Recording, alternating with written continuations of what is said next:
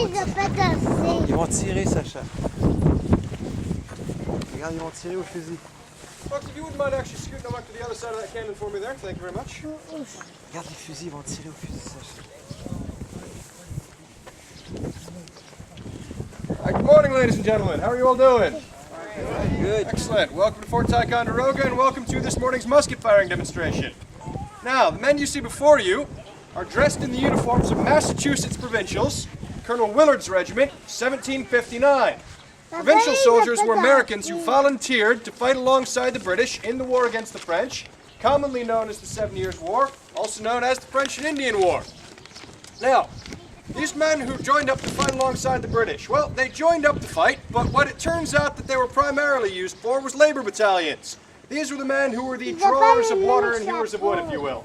The other way around, take your pick. These are the men who built roads, escorted supply convoys, helped dig fortifications, manned guard posts, and of course, rebuild ports after the French blow them up. That's kind of what we're here for. Willard's Regiment is in fact one of several groups of men left behind by the British Army in 1759. Actually, only a few days ago was when the fort changed hands in 1759, July 26th, and were tasked with rebuilding the fort after a massive explosion had pretty much leveled the eastern half of the structure. So these men were primarily there to work rather than fight. But that said, they were still soldiers. And as such, they were expected to be able to handle the smoothbore flintlock musket, which is quite possibly the single most popular military firearm in history. I say this because it has a longer service record than any other firearm in military history. The reasons for this are threefold. 1, the weapons are simple to use. 2, they are cheap to manufacture. And 3, when used properly, they are very, very deadly. Simple, cheap, deadly. 3 things that militaries like, because it works. In operation, the weapon could not be simpler. There's a small pan for each of the musket, small dish, kind of like a teaspoon. At the base of that teaspoon-shaped hole, or pan, is a small hole, which leads to the main barrel. A small amount of gunpowder is placed into that pan. Pan's then shut, the rest of the gunpowder goes down the barrel, bullet goes on top of it, and you're ready to fire. In order to fire, you have a small piece of flint back here at the breech. Flint and steel together. It's a flintlock musket. Do we have any Boy Scouts or Girl Scouts in the crowd today?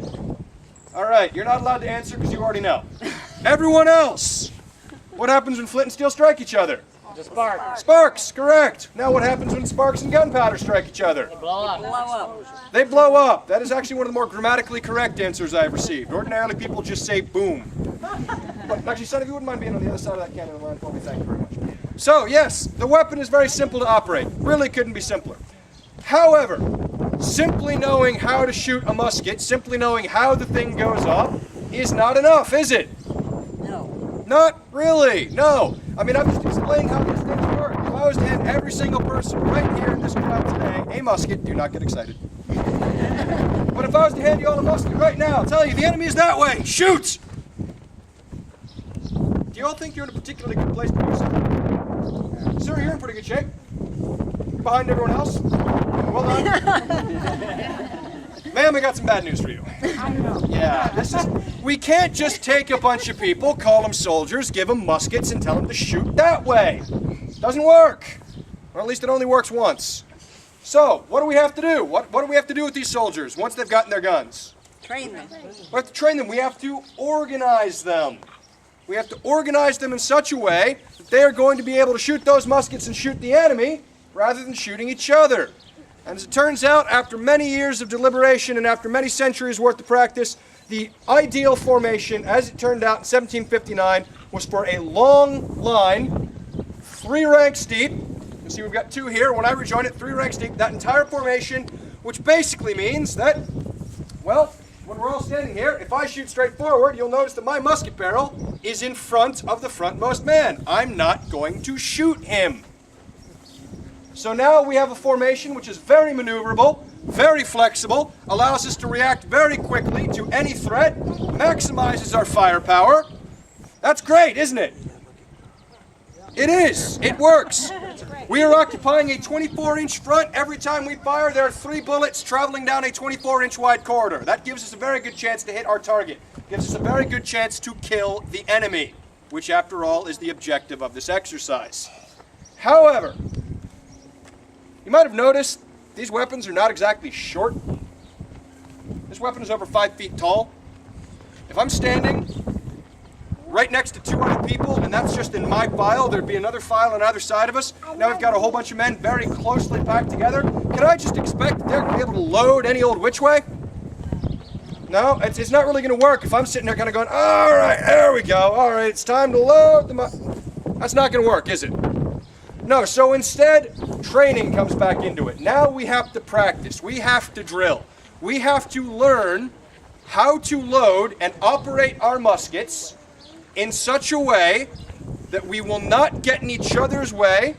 We will be able to efficiently and quickly load and fire our weapons. It's going to take many hours of training to do that. And the end result is we are expected to be able to load and fire these weapons once every 15 seconds. For a total rate of fire of 4 shots every minute. Now, that's what the regulars are expected to be able to do. We're provincials. We're not expected to do that. We're hardly expected to fight at all. But we're still expected to be able to load and fire the weapons properly and safely, and that's what we're going to show you today. Party, take care. Shoulder. Recover your arms. Handle, cartridge. The first step, of course, is us bringing the weapons down to the loading position. You'll notice we're keeping them very close to our bodies. We're not just throwing the muskets out any old which way. We pull a cartridge out of a pouch at our hip, or sometimes a box in our front. A cartridge is a small paper tube containing gunpowder at one end and a bullet at the other. You'll notice the muskets are very close to the bodies because, after all, there are going to be other soldiers right here. Not a whole lot of room to maneuver. The cartridge is torn open with the teeth in order to prime. A small amount of gunpowder is placed in the pan. The pan is then shut. The muskets flipped around in order to charge with the cartridge. The rest of the gunpowder, the bullet, and the paper all go down the barrel. Draw your rammer. Ramrod is drawn out. Ram down cartridge. And used to push the whole mess down to the breech. Incidentally, this is why the men stand up to fight. It is not a silly romantic notion. It's not because they thought it's the only honorable thing to do. It's because it is the most efficient way to load the weapon. It's all about speed. Return your rammer. Shoulder. The weapons are brought back up to the shoulder. We're now ready to fire. Recover your arms. Cock your firelock. You'll notice at this point, the man in the front rank takes a knee just to make sure he's out of the way of the muskets behind him. The middle rank stands fast, and the rear rank takes a step to the right in order to shoot in between the men who would be standing in front of him. Present. Fire. And sometimes that happens. All right.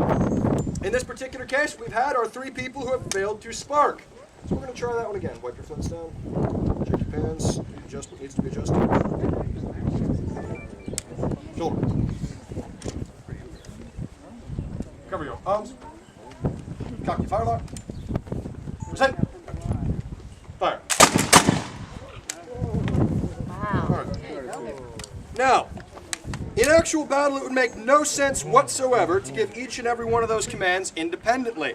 As a matter of fact, that would be very slow, and after all, as I said before, the name of the game is speed.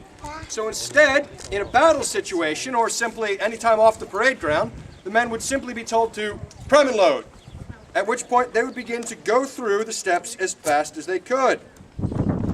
Now, if your musket does not go off the first time, all is not lost. You can do what I'm doing. You can pull out a musket tool and begin to work on the flint. Make sure everything is adjusted properly so that everything is nice and neat. Try and go for a different spark. Sometimes you can even replace the flint if you happen to have a spare one. There are quite a variety of things you can do in order to try and return your weapon to a firing condition. As I said, simple to use also means simple to repair. Shoulder. Recover your arms. Cock your firelock. Present. Fire. Half cock your firelock. Shut your pan. Shoulder. Rest upon your arm. Rest. Right, and there you have it, in a somewhat belated fashion, the flintlock musket in all of its glory.